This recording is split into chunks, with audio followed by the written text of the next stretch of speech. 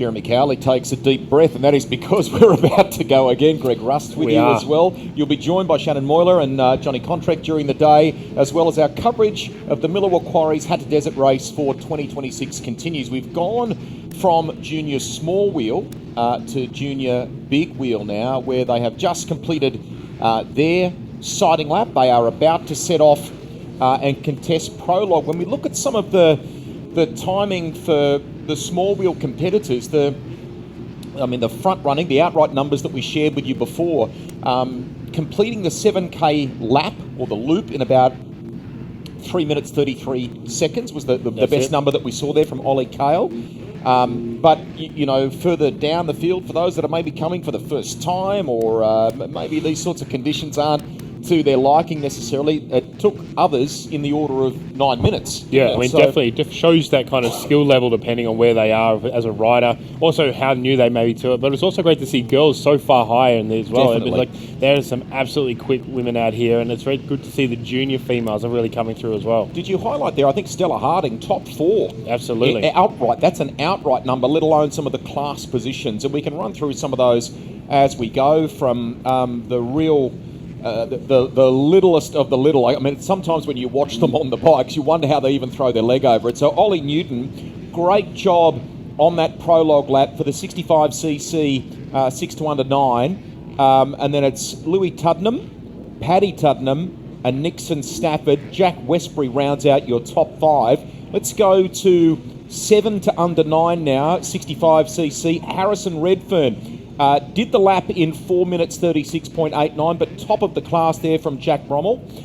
For, what are we talking there, 65.9 to under 13. Parks Cranard from Mitchell McConaughey. Leyland Myers, who we saw there before in the 7.15. I think Leyland might have had a little moment there, but recovered to be third in class. So that's a nice performance. Nate Cresswell and Oscar Cloden round out your 5 in that class. We go to 85cc... and that's 2-stroke, and 150cc 4-stroke, small wheel only now, so 9 to under 12. As we see just about, you can hear them, they're away now and running for big wheel there. So just to come back to that, Ollie Kale from Chad Wallen, Nico Marchand and Ollie Brommel. They're your top 4. River Taylor, I think, in the 5 there. And then finally, for small wheel, girls 7 to under 12. Stella Harding, we highlighted there before from a top 4 outright. A great lap there, 3 minutes 36.50. That is really good. Quickly, Cadence Corney, second fastest in the class from Asher Wilson. Annie Rickus and Elvie Pilkington rounds out your top 5 as the focal point for us now becomes Prologue for big wheel. Can we just, Jeremy, just a quick little moment for the memory of Cody Breen, and to the Breen family. Was 17 years of age, a top 25 outright junior big wheel finisher last year, a friend, a competitor, a sportsman, and an inspiration. And if you've got the event program, you'll note a beautiful photo there of Cody, and a nice sentiment, if you will, and that is that the dust will settle, the race will finish, but the memory of Cody Breen will ride with us forever. So thinking of Cody's friends and family as we get very much into going wide open in 26. It is. It was a very sad kind of weekend through racing, and unfortunately it was horrible news to hear that. So it's great that we're going to obviously continue his memory on, as a lot of riders do here in Hattah, but also across the world as well. We'll keep you updated on times for big wheel here, and as the day unfolds for you, we've got the 2 signature races, if you like, for the junior contingent, both small and big wheel to come. It's their day today. It's their day. It's junior day today. We talk about the prologue and the top 10 shootout, but junior day Saturday. And I think that's a great thing about Hattah and why it will last for so long, and it's so big because we just have a day dedicated for these kids to come mix it with the best of juniors, but also hang out with the olders. To your point, Corey, Callum, all of those guys that we saw last night where we recognised the top 10 from last year, there were some really nice moments where, I'm paraphrasing here, right? But some of them said things like, I was that kid one day, and that little moment of me spending a second with Callum and talking about his bike or getting an autograph. I mean, that's the stuff that drives these youngsters today. And on the flip side of that, to your point, Jeremy, they are big about this being the junior day, aren't they? And making sure they get their moment in the limelight, if you will. And I guess it's a great way to mix up different disciplines of riding as well, because we'll have enduro riders, MX riders, and some form of desert riders all come to this to kind of match and see exactly how they stack up. Because as we talked a little bit before, it's not always about that sprint format that motocross riders bring. It's really about that endurance that a lot of the desert and enduro riders bring. So I think this is a great way for juniors to really test their skills amongst themselves. Man, 2026, based on what we're seeing already, is going to be a bit of an ultimate test of endurance, isn't it? They're going to need all of that. Oh, it's great. The dirt's definitely forming up, not as square-edged as usual. I mean, this dirt won't hold those edges. It's going to round out a little bit more. So it is going to be great to see these ruts form and exactly how they're going to manage it all the way through. So I think first of the time starting to come through with that RJ there maybe crossing the line. We'll just confirm the numbers for you once we can double check the timing. As you can appreciate, it scrolls over and adjusts the timing because we have so many competitors. Plus the riders going out, riders coming in, it can get quite lost in there. And then there's riders that cross the line at the same time that may not have started at the same. It gets quite hard to kind of make sure we fiddle it all together. And also, we've also may have different transponders as well from different events or different clubs as well, so it's quite hard. I think they all get an individual or a unique number for this event, doesn't it? So I mean, if you're on, I think it was 827, we saw there a moment ago, there is only the one for the event, isn't it? That's correct, yep. Also the plate colour, things like that can really determine exactly where they are in the field as well.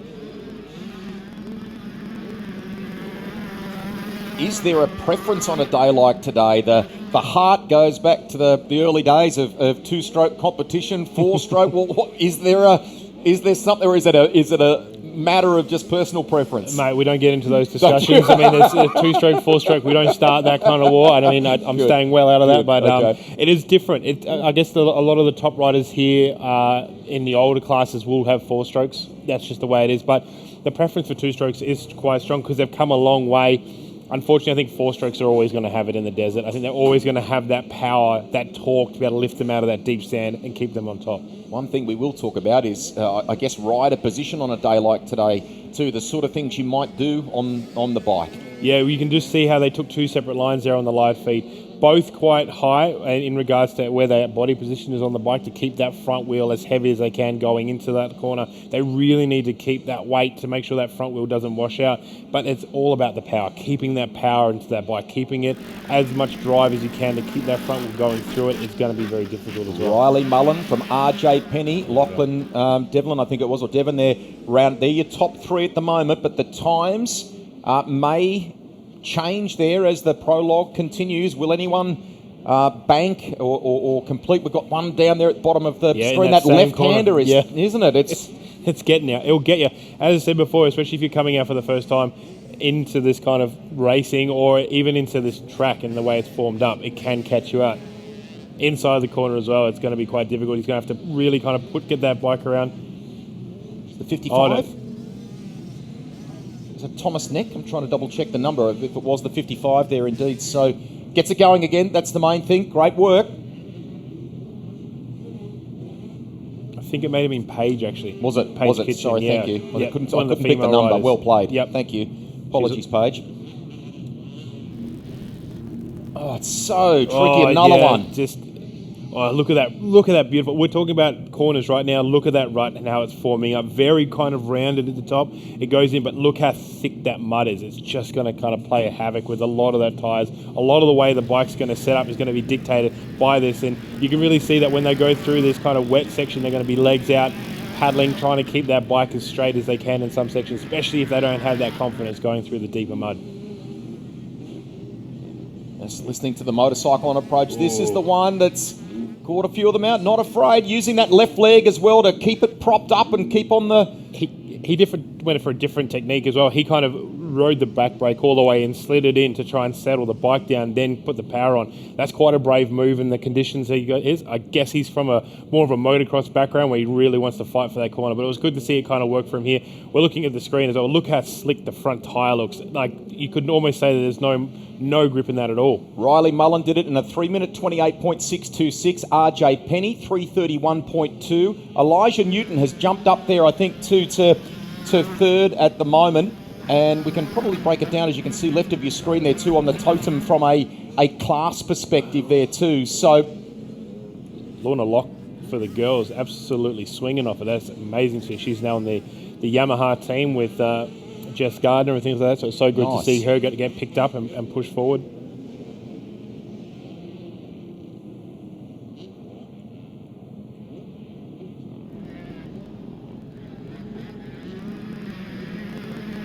is there an argument for, I mean, you talked about momentum being your friend there before and so on, and trusting in that, but is there an argument as well for not conservative, that's not the right word I'm looking for here, but just to be smooth or as consistent as you possibly can on a day like today without necessarily going for that outright or breakneck speed? It is hard. It's a hard balance. When it comes to Prologue, you want to have that explosive speed to be able to get you up the fight. It's not good to kind of have that longevity over the whole track. They will push harder, and we'll see a lot more of the motocross guys and girls push to the top for Prologue. It's kind of their what they do. When it comes to the race, though, you will see a little push at the start, but then they'll kind of go into their flow state, is what the most riders will state it, and kind of find a rhythm that they can then set into for the duration of the race. In that last lap, though, they'll really be pushing it. Their bikes are definitely going to be tuned this year for the last lap because of how rough it's going to be. So I know, talking to a lot of the suspension guys, they're actually making sure their bikes are set for the absolute worst of the race, and a lot of the guys are saying that the first 2 laps are going to be quite difficult to ride the bikes because they're just not tuned for that kind of terrain. Got you. How sapping will that be from an energy perspective as well? I mean, that's the other thing you've mentioned about the need to keep a little something in the tank, something in reserve for the final lap or two of the race. I mean, if it is so physically exhausting in that first part of the race. They'll use a lot of the bike to do the riding, and a lot of times these guys will actually just train to make sure the bike does the work for them before they start pushing, because when they start pushing, that's when it's all about your body position, your core, to make sure that weight is at the front and then back across that back tire to get the drive. So a lot of times in that first kind of instance of racing, they're going to use a lot of the bike to try and pull them through it, and not ride lazy, as we would say, but ride in that conservative state.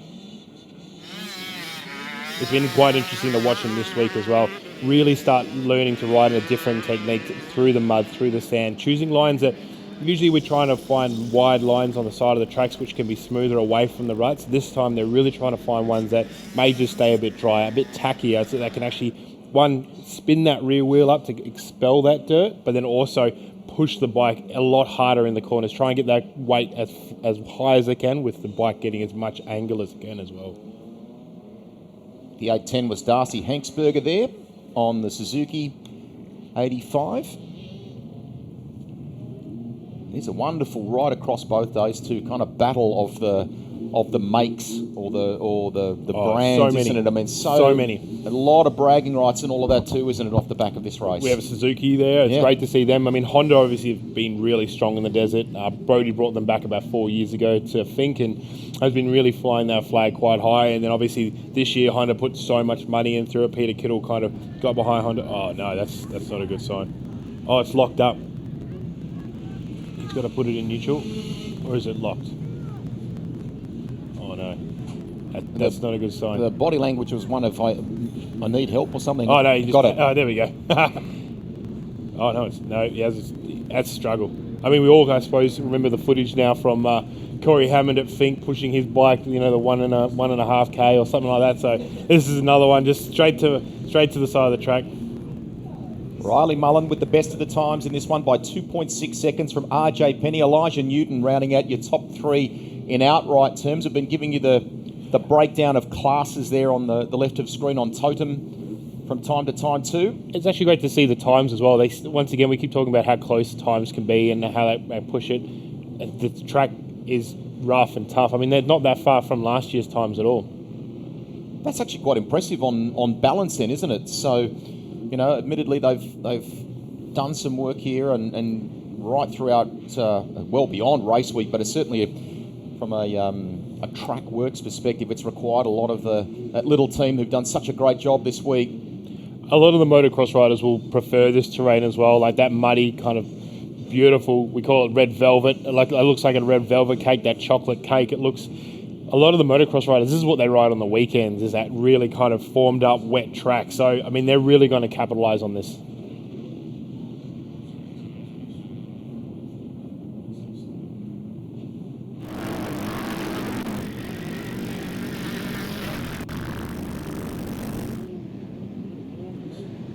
Coming up into that left-hander that we've spoken about. Beautiful. Yeah, nicely done. Beautiful body. You can see that his bike was really far leaned over. He's kind of going with it. His elbows are really high. That's helping to drive that front wheel into that rut, push it through the corner. That start, though, that's going to catch you. You can see a lot of the times they're trying to balance that clutch, the power coming out of it. That bike really wants the wheel stand. We've seen a couple of them do it. Oh, absolutely perfect. Look how far back he was, yeah. Just swinging off it, trying to keep that drive into the back of the bike, keeping that front wheel light as well to kind of skip over those ruts so we don't have that cross-riding effect that we can kind of see some every time when people get a bit lazy. It's all about that control, making sure you feed that power enough that you can get it out enough, get it sideways enough, because it does seem a bit silly, but sometimes drifting that bike can really help get extra power. Riley Mullen to confirm by 2.6 seconds with the fastest time in Prologue overall. There's your class results right now on the totem for you on the left of screen there, and that's another example of what you're talking about. Yeah, just trying to find that grip, trying to make sure you have enough power. Oh, beautiful. That was, well, you could see how he just compressed all his suspension to that corner, loaded up the clutch. As soon as he felt that bite, straight off on the power, pushes the bike out, and he kind of shoots himself out. He uses that momentum coming into the corner, holds it into the clutch, holds that power, holds the inertia in that motor, releases it, and just shoots him straight forward. It's a very risky move. It's a very risky move, because if that corner or that berm doesn't hold you, you are going to be sliding all the way onto the floor. So it paid off really well for him there. 233, I think, was Archie Pollard there before coming through. 176, about to set off. Those goggles are going to get a workout today, aren't they? People are going to be needing spares during the pit stops and a decent... A lot of them will have the tear quick, off? Yeah, no, not tear off. They're like a quick clean style goggle. They're a bit of a, I guess, like a windscreen wiper that kind of goes across your goggles. A lot of them run that. It's kind of the only way to do it here, especially with this kind of mud. The other thing we're going to talk about is, and we'll later on get into it, is peppering. Now, peppering is a big thing here in the riders, and it's one of those things it gets overlooked so many years, but peppering is the fact of being behind another rider and getting absolutely sprayed with rocks and sand, and it can strip paint. You look, some of the guys who've been here for a long, long time, their front forks are completely stripped. Like, it looks like it's sandblasted. Their front number plate will almost become all gone, because it just, peppering is a thing. And we'll look at some of the riders after the event, and they'll have red spots all over their chest just because of the sand. Bill Rickus is in the top 5. Lachlan Devlin. Hamish Finch is in there as well. New fastest time was that? We'll double check that for you. I think that may have been a new quickest time. It just popped up as we were chatting there. Jacob, I think, but we'll confirm the surname for you. There may have been a change at the top of the outright numbers for Big Wheels Prologue here for our juniors. It's going to happen. It's going to one of those things you can't always just assume the ones at the front are going to set the fastest pace. They will have a good run because the track won't be as carved up, but at the same time, there's a lot of these dark horses throughout the course of the day that will come through and steal it away. Higher or wider line on that occasion there, I think. So interesting, just a little glance too as the riders come in there about what might be the best option to take for them.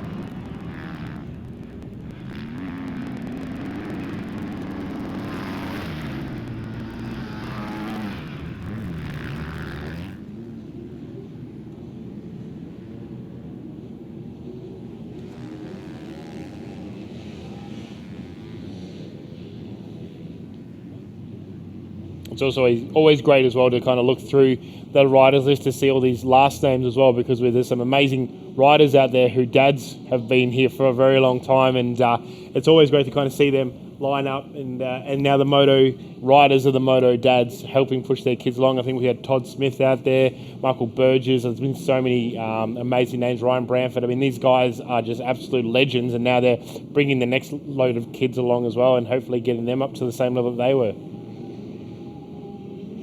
So we'll recap just if there was from an outright perspective. I think we've got about 230 odd competitors out there at the moment. Mitch House now 307.738 from Nate Munro, Levi Rossi, Lachlan Vincent, Riley Delaney in the top 5, then Jacob Brewer. We have seen a decent amount of change there in the last minute or two in outright terms here for Big Wheel. There's some reasonable numbers starting to pop up as well. Oh, absolutely. Those lines are getting absolutely cut now that we can really see exactly what they're going to be doing.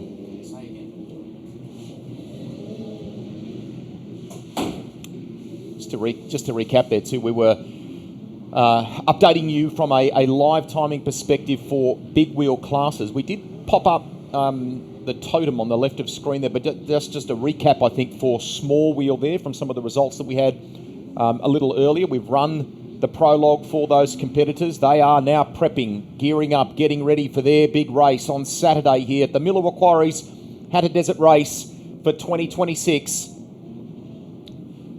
Still waiting for the last in that queue, and there's still a decent queue to come through there. Yeah, still a ways to go. 2 by 2 they head off. It's always hard as well. The last riders will start getting cold. They're kind of getting a little bit in their head too. They're watching everyone come in, and now we're watching them all come in just absolutely covered in mud as well. So they know, oh, we're in for a bit of a run this time. When you're talking about dads like that have got experience from Hattah over the years, how valuable is that? And do the young ones always listen? Absolutely not. Absolutely not. No, we're very, very lucky at the moment. We're kind of staying with the Branford and kind of seeing how his team is working. Plus, Stewie from STE, we're kind of camped up with them, and it's been so good to see the amount of juniors just coming through. We've talked to guys like Oscar Harris, whose young one is coming through as well, and is being absolutely. Oh, it's just been amazing to see. Oh no, that's not good. Couple of competitors coming past us on the back of the trailer there. They're okay is the most important thing, but they were looking pretty dejected, and I think the bikes have either had something mechanically go wrong, or maybe it's that incredible. Just to recap here, Mitch House on top from Nate Munro, Levi Rossi, Jet Avard up there now, Chase Weston, Lachlan Vincent, Malachi Middleton, Riley Delaney, Cooper Danaher. They're your, I think, top 9 that we managed to rattle through there. But some of the names that were at the top of the order early on in this prologue have been shuffled down a little as we bring you. So Declan Smart is in the top 10 outright as well. Nice stuff. So some of the later runners are getting some good times out of this. Absolutely. I mean, it's been great to see the footage. So we're really seeing an overview of the track now. We're seeing how it's forming up. It looks really, really kind of, it doesn't pre-steam it, but it seems quite smooth at the moment. I mean, the track seems to be holding up. I was expecting it to be worse, to be honest, with all the braking bumps. Obviously, these are smaller bikes, so it's going to change a lot more, but it is interesting to see how the bikes are kind of forming up, and they're not coming in as bad as we expect as well in regards to mud, because here the mud doesn't clump, as I keep trying to say. It won't have like this horrible heavy effect on the bikes. It will just kind of stick to the parts where it's going to dry. So that can be a good and bad part, because obviously that's now going to create a lot more wear on components.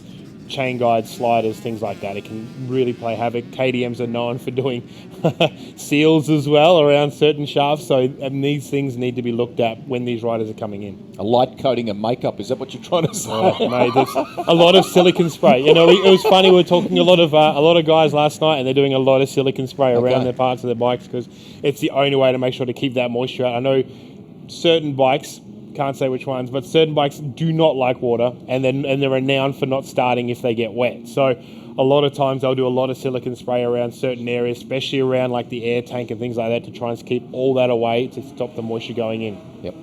Help keep it clear. Yeah, keep it clear.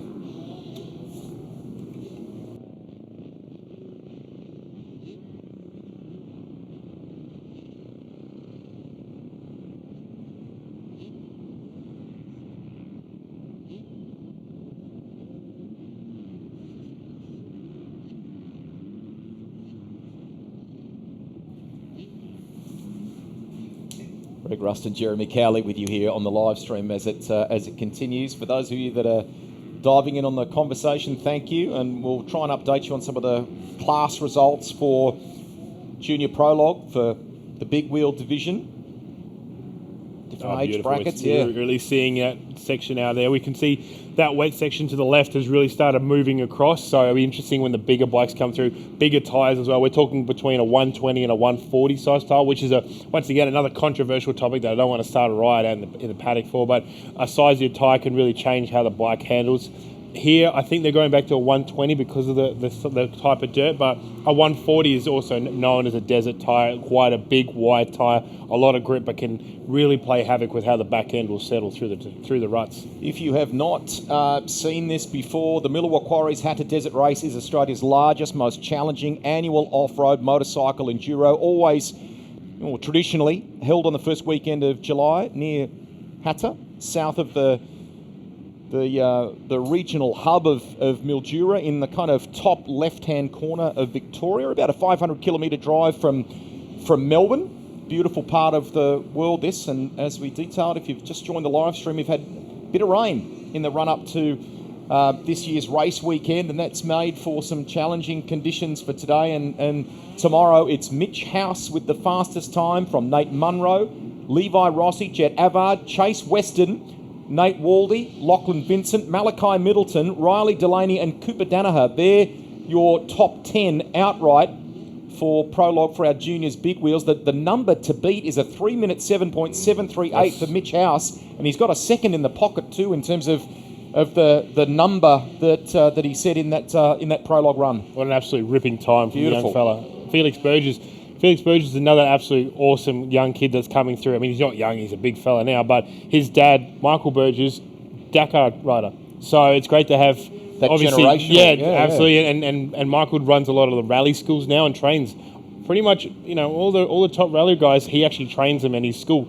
just based here in Australia. So nice. Felix, for him to come through and really push it. I mean, he's a big kid though. I think they just feed him full chickens now. But he's a big kid and he's a big fella. So it's good to see exactly where he's going to go in the future. I had a very funny conversation. A colleague of mine was on radio with the great rugby league caller Ray Warren one year on Triple M, and Ray was asking about MotoGP, not our dirt bike riders here, but asking about MotoGP, and I think Ray's question was along the lines of to my colleague, what are they feeding them? 65 kgs.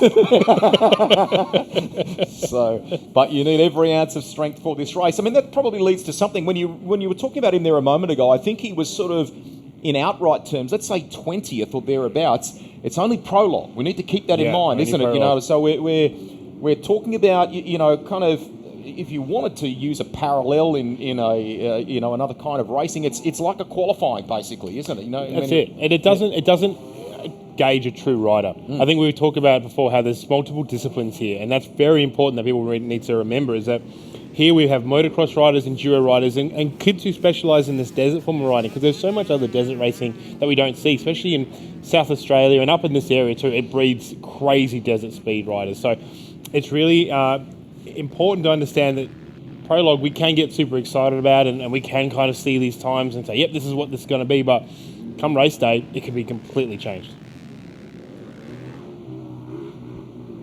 Got to keep in mind too, Prologue track is designed to give you that fast snapshot that Jeremy was talking about there before, but when we go racing, the lap is for the for our junior small wheel, it's twice the distance basically, isn't it? So, and it's even longer for these competitors. So we do need to keep that in mind. There are around the course, as a part of the build, there are all sorts of key markers. That was something that they talked about in the riders' briefing this morning. So, it's very clear where you're meant to be in terms of staying on the track, particularly if we don't want people venturing off if we're going into a section of crop, for example, and so on. There are arrows or markers in that regard. And if we come up against an orange circle or particularly a cross. A cross means you're basically off the course, I think, doesn't it? So absolutely, turn around, wrong direction. You can see here how easy it would be to kind of just cut straight across to the left instead of going around. But as we keep saying, it's also about the riders trying to find that little inch sometimes to make it a little bit quicker, a little bit smoother. And so we're trying to bring that all back because obviously, well, that's a great shot, a great absolute shot. But you could, if you went a little bit to the left and right of that track, it may be a lot smoother than straight down the gut, especially coming into corners. So we're just trying to keep the riders together, trying to keep it as fair as we can because you could really see these corners getting blown out. You could have taken on this shot here to the right, kind of cut straight through. So there's these little things you've just got to be wary because I mean I'm not partial to a little shortcut if I can find one. Listen to you, full competitor mode there. I love that. Always looking for the advantage. But it's like that for all racing, isn't it? Totally. And I suppose that's the great thing about racing because it's not just about riding, but it's about, and I love to explain racecraft. It's not just about riding the bike. It's being able to see those 1/10ths everywhere on a track that you can pick up. And so how that makes a difference. It's either going to help with your fatigue or it's going to help with your speed, which is so important out here because I don't want to have to sweat. I don't want to have to ride hard if I don't have to. And if I can find a bit of track that's a little smoother, then that's what I'm going to take. Mitch House, the fastest of the riders at the moment in our big wheel division for junior Prologue. We're almost at the tail of that group, still to set off. Huge field of competitors in our junior contingent. And I think in terms of total entries across both days here, it's like 877, I think, is the number roughly. That's too many. Absolutely massive. Oh. Yeah, and the number that I gave you before, just around our volunteer support, was probably a little on the conservative side. I think it's actually up closer to the 300 that we have, and there are football clubs locally that kind of stop footy for the weekend to come and support us and assist us in the running of the event. And they'll be very busy tonight, where we essentially take the city that you see here today, that is about Prologue and our junior competition mainly, and we move across the road for tomorrow's big one, don't absolutely, we? Yeah, absolutely. It's. I think for people who never been to Hattah, it's interesting to think that one side of the road is for Prologue, the other side of the road is for the race, and they're not incorporated either, which is a great thing about Hattah, is that you get to have two completely different kind of tracks put together. And a lot of other races they may incorporate a bit of Prologue, which is fine and great as well. But here it's just two completely separate things. So it also means that your first lap on race day is a lot smoother than what it is now. So you can't just have your bike dialed from the start all the way through the weekend. There will be people changing a few clickers here and there. Sprockets will get changed too, because you may not now to allow for that. Yeah, exactly. You're going to change your front, rear sprocket because there's some amazing mixes, and that's a whole science that we don't want to get into. It's black magic pretty much. But they will change a lot of these little things to then go suit tomorrow, because tomorrow there are sections out there where the bikes will be absolutely pinned. Like, I'm talking as much noise as that exhaust will put out, that is how fast they're going to go. Love it. And here they don't really get that opportunity. There's a couple of little sections, but not like tomorrow will be. Given its uniqueness like that, some of the competitors, particularly those those almost pros, if you will, those experienced competitors, they will walk it, won't they? Is that right? Prologue. Prologue. Yesterday was a very busy day. I think there was all the juniors come out there with their little bikes, and all the pros come out with their little e-bikes. It is quite important for them to kind of see exactly what's going to happen. They'll grab the dirt. I know there's a lot of kind of older guys. I mean, Josh Green, I love that fella, but there was always the Green report, and all like people will talk about the dirt and how the soil's looking. So they will definitely have come out here yesterday, have a better look around, and just see exactly where things are going to kind of hold and exactly how they're going to set their bike up as well. Thank you for the little bit of vital clarity there too, because I think we keep everyone off the main course, don't we? No one's been on it, so no. which is and that's what the level playing ground is at here. Nobody can go pre-run it. I mean, things like Fink and stuff like that, you can go pre-run it for weeks and weeks, months if you wanted to. Here you can't. You've really just got to bring what you brought, show up and have fun. That's really the only way to do it. Love that. Yeah. So we continue with just having a little look across. I reckon we've got maybe 9 or 6 competitors perhaps left to run and to be let loose for Junior Big Wheel Prologue. Well, we've got all the parents and supports now crossing the track, so that does mean we're at the very end. They've opened that up again. That will only be open, obviously, when it's once everyone's left that pit area. So, no, it's definitely getting to the last one. And I tell you what, you almost wouldn't want to be these last riders, because it will be absolutely chopped out. It will be, it'd be woeful. You've been sitting there as well now for a good 40 minutes, just sitting there waiting. Everyone else had their run, so.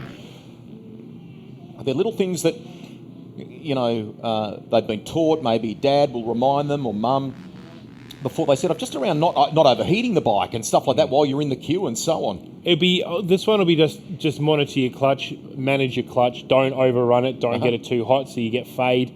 It'll be a lot of make sure you sit forward. Make sure you cover that front wheel. Let's get that weight down. And I guess it'd also just be trying to run and have fun. Yeah. I know it sounds so silly, but that's a great reminder. Have fun and breathe, because I know we laugh at 3 minutes. If you went into that paddock and asked how many times those kids take a breath in those 3 minutes, I don't think any of them did. They would just be holding on, focusing, and then oh no, man, it's completely upside down. Hopefully can get that bike started. Bars and everything look okay. Yeah, it'd just be kind of one of those slow laydowns. Just in an awkward spot. Luckily, he's got some leverage on the hill to be able to get it started. First kick, off he goes. I need to double check. Is that Reed Hayden maybe on the Yamaha? 157? That's it. So good job. So we can see down on this shot is great. We can see that this section does open up. It is quite fast and flowy, but it will still not hold a candle to what's going to be tomorrow, and the straights as well. Great shot for us, but little time for the rider to take that in. How far? I mean, competitors often talk about looking up, looking down the road, and thinking things like that. Are there from a vision standpoint, what are they working towards here? You're for that kind of stuff. You're looking about 50 to 100 meters ahead of you. Gotcha. If you can see your front wheel, it's too far. It's too close. Sorry, because you don't have enough time to react. So for those kinds of things, what those guys are doing, they're looking as far forward as they can. They're trying to pick the ruts, kind of scanning up and back. Then they're seeing the corners, trying to pick the line, driving through the corner, keeping that head up, keeping that head as far forward as much as they can. Because as I say, if you can see your wheel, the reaction time you're going to have is just not fast enough. Jeremy Cowley from the Dirt Bike Burrito podcast. You can find that on any of the regular platforms with your mate Alex too. I should make the point. And catching up with all sorts of people. I've mentioned about rider interviews in the lead up to this, but it's not uncommon for you to talk about other people in the industry. We do, absolutely. We try and bring everyone in. I think it's an industry that kind of gets overlooked sometimes, and so we try and bring as many people as we can to tell highlight the their stories. That's exactly, and also the struggles it takes to make events, because it's not easy. So House with the best of the times that we've seen, a 3-minute 7.738, and it is only Prologue, but that's a little confidence booster going into the big race for Junior Big Wheel. Just watching the last of our runners starting to filter their way through. It is so tricky, so trying, these conditions. How much will it improve? How much will it change during the day? The impact of all the bikes riding it here. Also, how comfortable the riders are going to feel now coming in from that lap. They've got a little bit of break now while the small wheels go out for their race. So the big wheels can kind of come in. They'll obviously food. They'll fuel themselves. They'll get their bikes cleaned up as best they can. Try and see exactly if anything's going to work, and hopefully reset and be ready to go after that. So we'll run you through the top 10 here in a moment. It's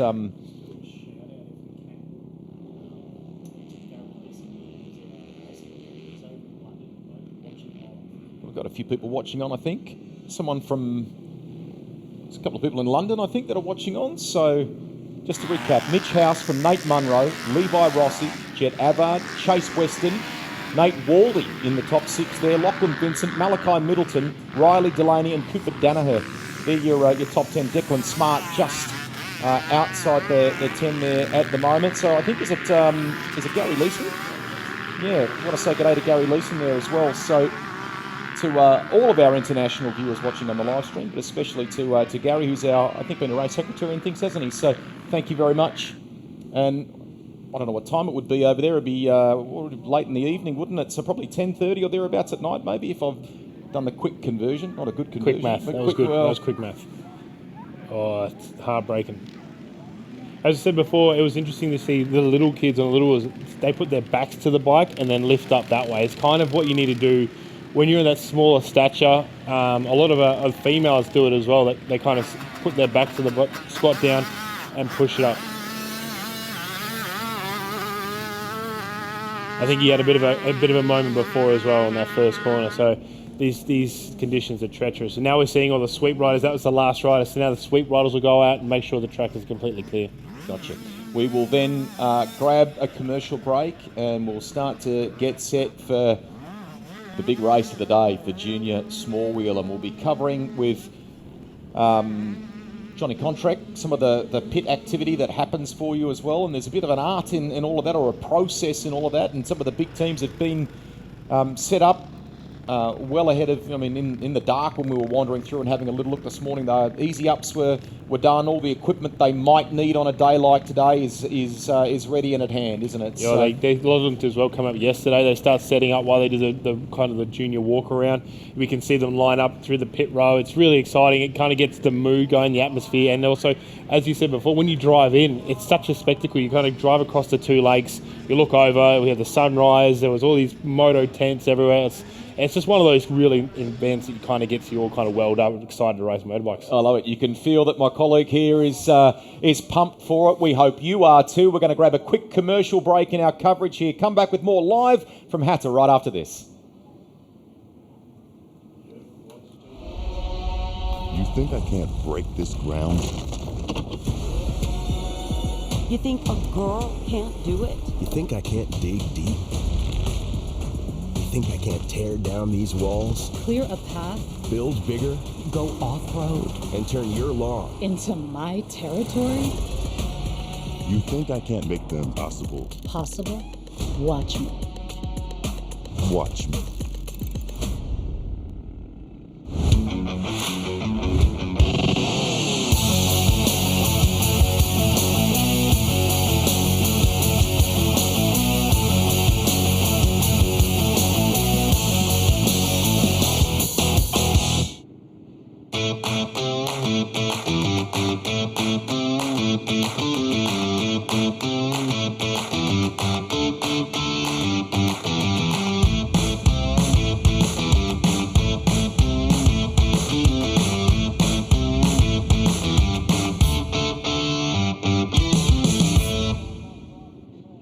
The Hattah Desert Race is something really special to this region. It brings thousands of people through our backyard, pumps millions into our local economy, and gives locals access to one of the best events in the country.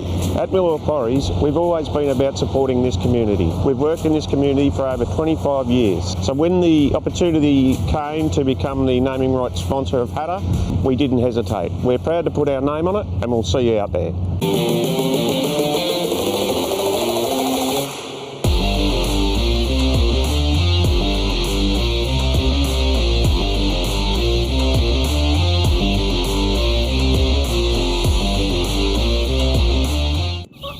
You feel most alive where you feel most at home. And this is living. Bobcat, the company that changed the way the world works, is coming home with a quality compact tractor built to match your quality of life. This isn't work you have to do. It's work you get to do. So get it done in a tractor that's all you. See your dealer or visit bobcat.com.